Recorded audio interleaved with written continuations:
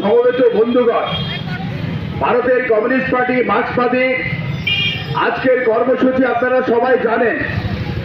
সারা দেশ জুড়ে বাংলাভাষী যারা মানুষ আরএসএস বিজেপি শাসিত রাজ্যগুলোতে তারা নানাবিধ হেনস্থার শিকার হচ্ছে।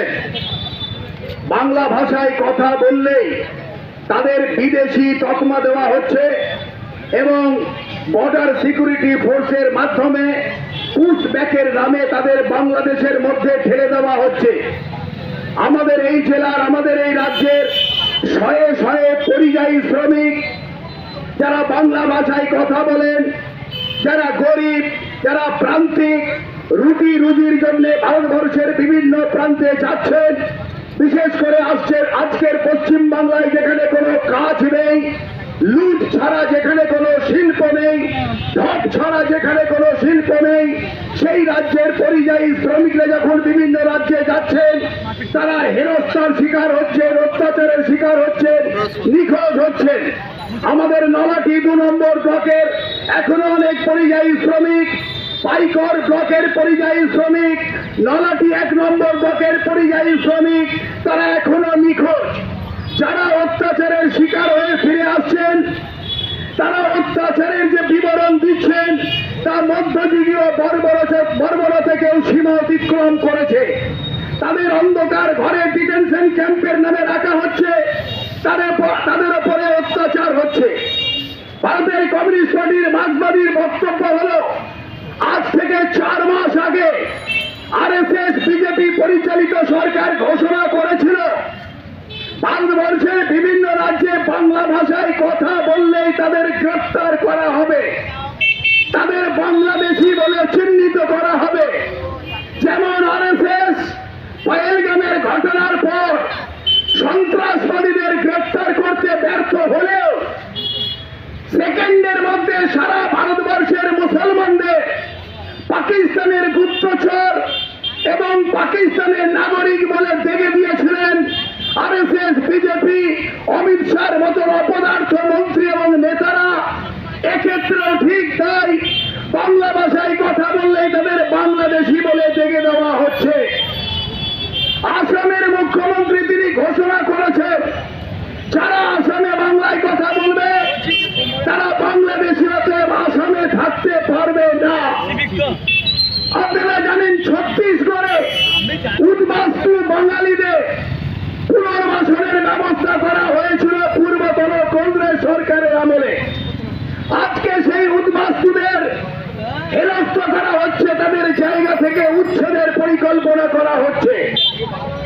আমাদের দেশের সংবিধানে আছে আভ্যন্তরীণ মাইগ্রেশন সংবিধান সম্মত।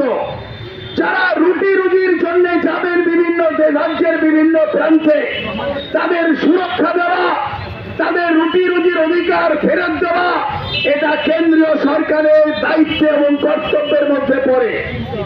কেন্দ্রীয় সরকার সেই দায়িত্ব এবং কর্তব্য পালন না করে তাদেরকে বাংলাদেশি বলে পুশব্যাক করছেন। আমরা ভারতের কমিউনিস্ট পার্টি মার্ক্সবাদী এর তীব্র প্রতিবাদ করছি। আমাদের রাজ্যের মুখ্যমন্ত্রী তিনি কি জানেন না এই পরিযায়ী শ্রমিক এই বাংলাভাষীদের উপরে অত্যাচারের প্রতিকারের জন্য নির্বাচিত মুখ্যমন্ত্রী হিসাবে তাকে সংবিধান অনেক ক্ষমতা দিয়েছে। তিনি রাস্তায় ভাইপোকে পাশে নিয়ে মিছিল করছে যে বাংলাভাষীদের উপরে অত্যাচার বন্ধ করো। এই মুখ্যমন্ত্রী ওয়াকফ আইনের বিরুদ্ধে যখন মিছিল হয়েছিল বলেছিলেন দিল্লি গিয়ে মিছিল করো। ইসরায়েল যখন প্যালেস্টাইন কাজের উপরে হামলা করে তখন লাল ঝান্ডার মিছিলকে উপহাস করে মুখ্যমন্ত্রী বলেন যে আমার ইসরায়েলে গিয়ে প্যালেস্টাইনে গিয়ে মিছিল করো। আর আজকে যখন তার দিল্লিতে যাওয়া উচিত, রাষ্ট্রপতির সঙ্গে কথা বলা উচিত, রাজ্য সরকারের হয়ে সুপ্রিম কোর্টে মামলা করা উচিত, রাজ্যের পরিযায়ী শ্রমিকদের নিরাপত্তার জন্য, বাংলাভাষীদের মানুষের অত্যাচারের প্রতিকার করার জন্য, তখন তিনি ভাইপোকে নিয়ে 21শে জুলাইয়ের মিছিলের প্রচার আর বাংলাভাষীদের বিরুদ্ধে অত্যাচারের প্রতিকারের দাবিতে মিছিল করে নাটকবাজি করছেন। 1993 সালের 21শে জুলাই সশস্ত্র মহাকরণ অভিযান, তলোয়ার নিয়ে যে অভিযান হয়েছিল, সেই অভিযানের অন্যতম প্রধান দাবি কি ছিল?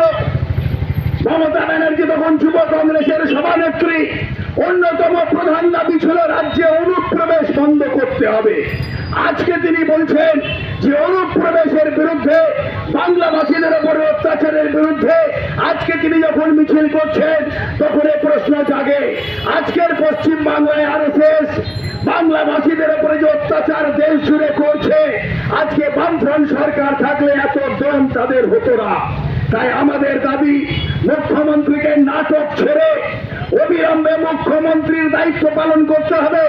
বাংলাভাষীদের বিরুদ্ধে অত্যাচারের প্রতিকারের জন্য প্রশাসক হিসেবে দায়িত্ব পালন করতে হবে। একই সঙ্গে পশ্চিম বাংলায় যে সাম্প্রদায়িকতার চাষ হচ্ছে, পশ্চিম বাংলায় যে স্বৈরাচারের চাষ হচ্ছে, তার বিরুদ্ধে জনগণকে রুখে দাঁড়াতে হবে। রুটি রুজির লড়াইকে মানুষকে সামিল করতে হবে। রাম মন্দির, জগন্নাথ দেবের মন্দির দিয়ে পেট ভরবে না। পেট ভরাতে গেলে শ্রমিক কৃষকের ঐক্যবদ্ধ সংগ্রাম চাই। তাই সাম্প্রদায়িকতা আমাদের বিরুদ্ধে আমাদের সংগ্রাম করে তুলতে হবে। পুনরায় বাংলাভাষীদের উপরে যে অত্যাচার, সেই অত্যাচারের প্রতিকার দাবি করে বক্তব্য শেষ করছি। ইনকলাব জিন্দাবাদ, সিপিআইএম জিন্দাবাদ।